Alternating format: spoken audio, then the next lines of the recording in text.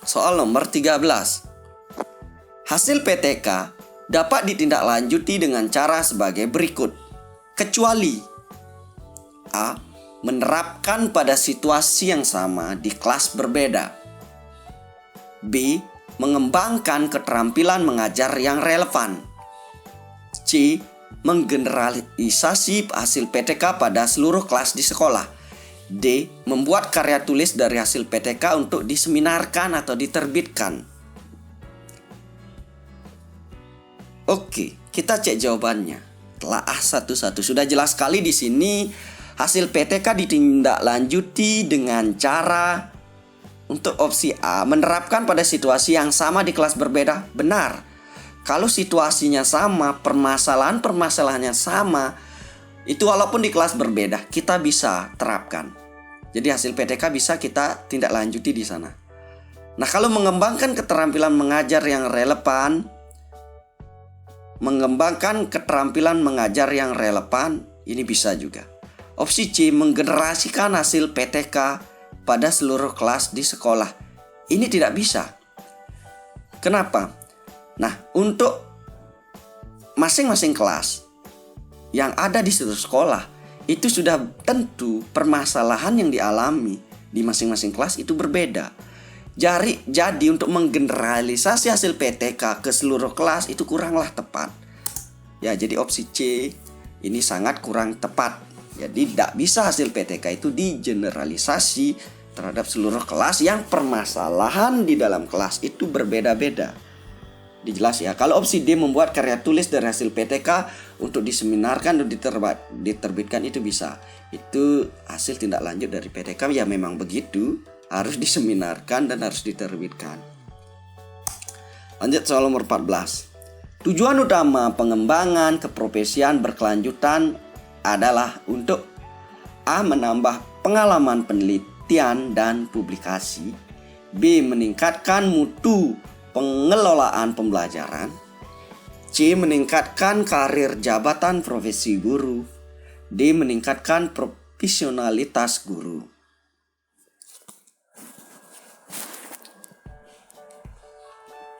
Nah, kita cek jawabannya bareng-bareng. Tujuan utama pengembangan keprofesian berkelanjutan adalah jelas di sini untuk meningkatkan profesionalitas guru. Jelas sekali di sini. Udah ada pengembangan keprofesian. Berarti untuk meningkatkan profesionalitas guru. Soal nomor 15. Pengembangan diri bagi guru pembelajar meliputi kegiatan A. Menyusun karya tulis. B. Pembuatan karya inovatif. C. Keanggotaan organisasi profesi. D. Mengikuti diklat atau kegiatan kolektif guru.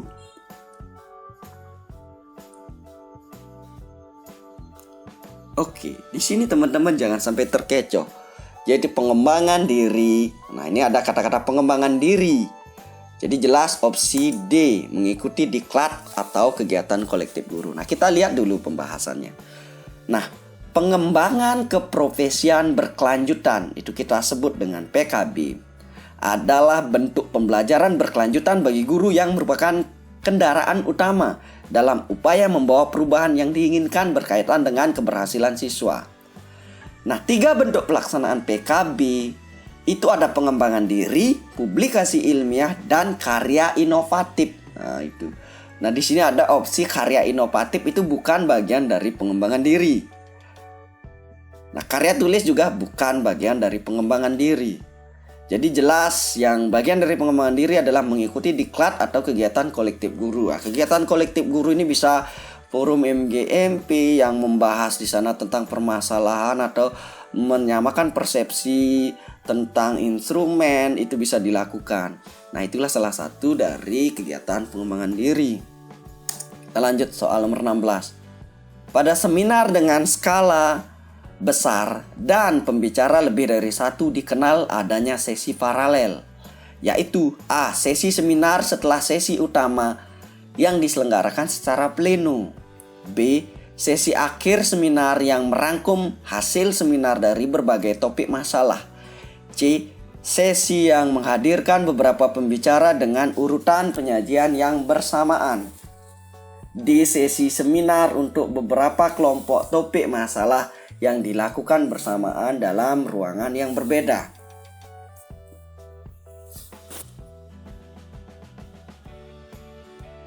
Nah, kita cek jawabannya, yaitu opsi D. Nah, mungkin teman-teman sudah pernah melakukan kegiatan seminar yang berskala besar. Jadi sering mendengar ada sesi paralel. Maksudnya adalah sesi seminar ini untuk beberapa kelompok topik masalah yang dilakukan bersamaan dalam ruangan yang berbeda. Jadi beberapa ada masalah, topik masalah yang berbeda itu dilakukan secara bersamaan tapi di ruang berbeda. Nah, kalau ini sesi seminar setelah sesi utama secara pleno salah. Sesi akhir seminar yang merangkum salah juga. Sesi yang menghadirkan beberapa pembicaraan urutan penyajian yang ini urutan salah. Jadi sesi paralel itu adalah waktunya yang bersama, itu kuncinya ya teman-teman. Di tempat yang berbeda. Soal nomor 17. Karya tulis ilmiah harus memenuhi kriteria apik agar dapat dianggap sebagai karya yang bermutu. Pengertian akronim dari kata-kata apik yang salah adalah A. Asli, maksudnya merupakan karya penulis sendiri. B. Perlu, maksudnya ada kebutuhan dengan karya tulis tersebut. C. Ilmiah, maksudnya memenuhi kaidah penulisan ilmiah. D. Konsisten, maksudnya keselarasan antara judul dengan isinya. Nah, kita cek jawabannya. Nah, dari pengertian ini kalau kita telaah, asli merupakan karya tulis penulis sendiri, benar. Perlu, ada kebutuhan dengan karya tulis, benar. Ilmiah maksudnya memenuhi kaidah penulisan ilmiah, benar. Nah, kalau kita lihat di sini yang agak meragukan adalah opsi D. Konsisten maksudnya keselarasan antara judul dengan isinya. Jadi gini ya, kalau masalah konsisten antara sebenarnya itu ada permasalahan yang diangkat dalam karya tulis ilmiah harusnya sesuai dengan kompetensi. Ya, jadi si penulis sebagai seorang guru. Nah, dan sesuai pula dengan tujuan penulis untuk mengembangkan profesinya sebagai guru dan terkait dengan dunia pendidikan. Jadi tidak hanya asal-asalan walaupun judulnya sesuai dengan isinya. Kalau yang dibuat tidak kaitannya dengan tidak buat dengan kompetensi yang pembuat, itu tidak bisa kita katakan dia adalah orang yang konsisten. Jadi kalau konsisten harus sesuai dengan kompetensi si penulis sebagai seorang guru. Jadi di sini sangat-sangat mengecoh ya. Jadi keselarasan antara judul dengan isinya tidak cukup. Dalam KTI tidak cukup. Jadi keselarasan judul dengan isinya itu tidak cukup. Bisa kita katakan konsisten harus sesuai juga dengan kompetensi si penulis. Lanjut soal nomor 18. Berikut ini termasuk ke dalam plagiasi kecuali A. Mengutip tulisan dari karya sendiri tanpa melakukan sitasi. B. Melakukan copy paste dengan menulis sumbernya di daftar pustaka. C. Melakukan kutipan langsung namun lupa mencantumkan sumber pustakanya. D. Mengutip ide tulisan yang merupakan pengetahuan umum tanpa sitasi. Oke, jelas sekali di sini yang benar adalah opsi D. Nah, sebelum kita akan bahas, kita harus tahu dulu sitasi itu apa sih? Nah, sitasi ini adalah daftar pustaka dari sejumlah dokumen yang dirujuk atau yang dikutip oleh sebuah dokumen, dan setiap daftar pustaka dokumen tersebut dimuat dalam bibliografi dokumen yang mengutip. Jadi harus ada itu, yang secara khusus mengkaji pengarang dan karya-karya lain. Nah, di sini yang termasuk dalam golongan plagiasi, yang A mengutip tulisan dari karya sendiri. Nah, walaupun karya sendiri, itu harus juga melakukan sitasi. Jadi kalau tidak, itu juga namanya plagiasi walaupun karya tulis sendiri. B. Melakukan copy paste dengan menulis sumbernya di daftar pustaka. Melakukan copy paste dengan menulis sumbernya di daftar pustaka. Melakukan copy paste dengan menulis sumbernya di daftar pustaka. Salah. Ini copy paste, ini bisa saja di sana kita menulis yang sudah orang tulis dengan sumbernya itu. Jadi kita tidak boleh melangkahi dengan menuliskan sumbernya saja daftar pustaka tidak boleh. Jadi apa yang kita kutip, walaupun kita kutip di di karangan orang atau di penelitian orang, itu harus kita cantumkan nama yang kita kutip yang dari sumber itu. Jadi tidak langsung kita ambil dari sumber utamanya. Itu juga salah. Yang C melakukan kutipan langsung namun lupa mencantumkan sumber pustaka, ini jelas melakukan plagiasi. Kalau D mengutip ide tulisan yang merupakan pengetahuan umum tanpa sitasi, itu bisa dilakukan. Kalau itu merupakan pengetahuan umum, kita tidak perlu melakukan sitasi lagi. Jadi jelas ya teman-teman.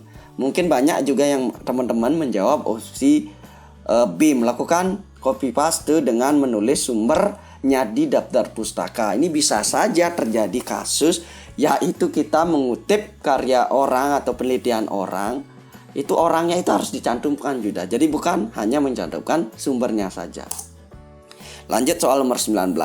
Berikut kegiatan peningkatan keprofesionalan yang tepat dari hasil refleksi bahwa pembelajaran bersifat monoton dan sumber belajar yang tidak pernah berubah. A. Melakukan penelitian tindakan kelas dengan menerapkan metode terbaru.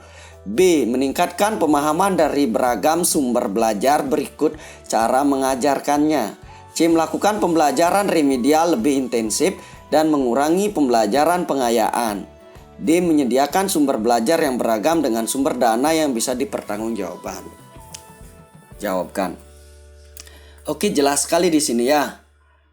Untuk kegiatan peningkatan keprofesionalan yang tepat dari hasil refleksi, bahwa pembelajaran di sini yang dilakukan oleh guru itu monoton dan sumber belajar yang tidak pernah berubah, yang jelas adalah opsi B, meningkatkan pemahaman dari beragam sumber belajar, berikut cara mengajarkan. Nah, jelas di sini karena pembelajaran yang selama ini dilakukan oleh guru adalah monoton itu saja. Jadi perlu pemahaman dari berbagai sumber belajar serta cara mengajarnya bagaimana, yang nantinya akan bisa dipilih yang mana yang cocok diterapkan dengan karakteristik siswa itu sendiri. Nah, jelas ya. Kalau kita telah itu yang A, melakukan penelitian tindakan kelas dengan menerapkan metode terbaru, ini kurang tepat juga.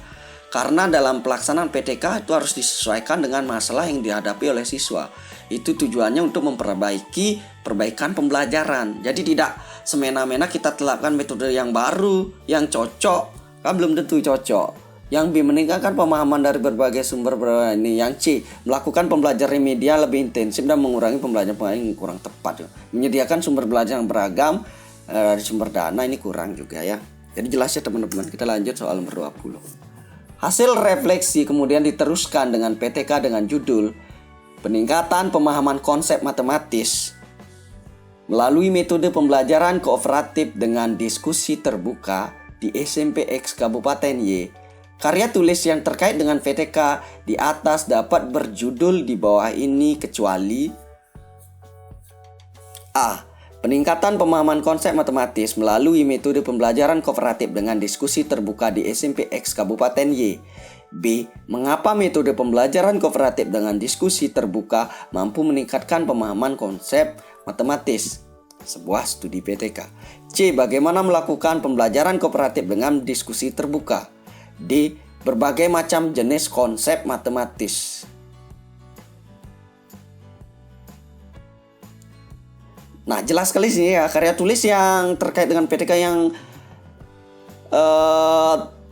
sesuai di atas yang dapat berjudul di bawah ini kecuali jelas opsi D. Berbagai macam jenis konsep matematis. Itu yang tidak bisa kita angkat karya tulisnya yang terkait dengan PTK peningkatan pemahaman konsep matematis melalui metode pembelajaran kooperatif dengan diskusi terbuka di SMP X Kabupaten Y. Nah, itu sudah dibahas total 20 soal. Jadi ingat ya teman-teman, ditunggu terus lanjutannya. Terima kasih.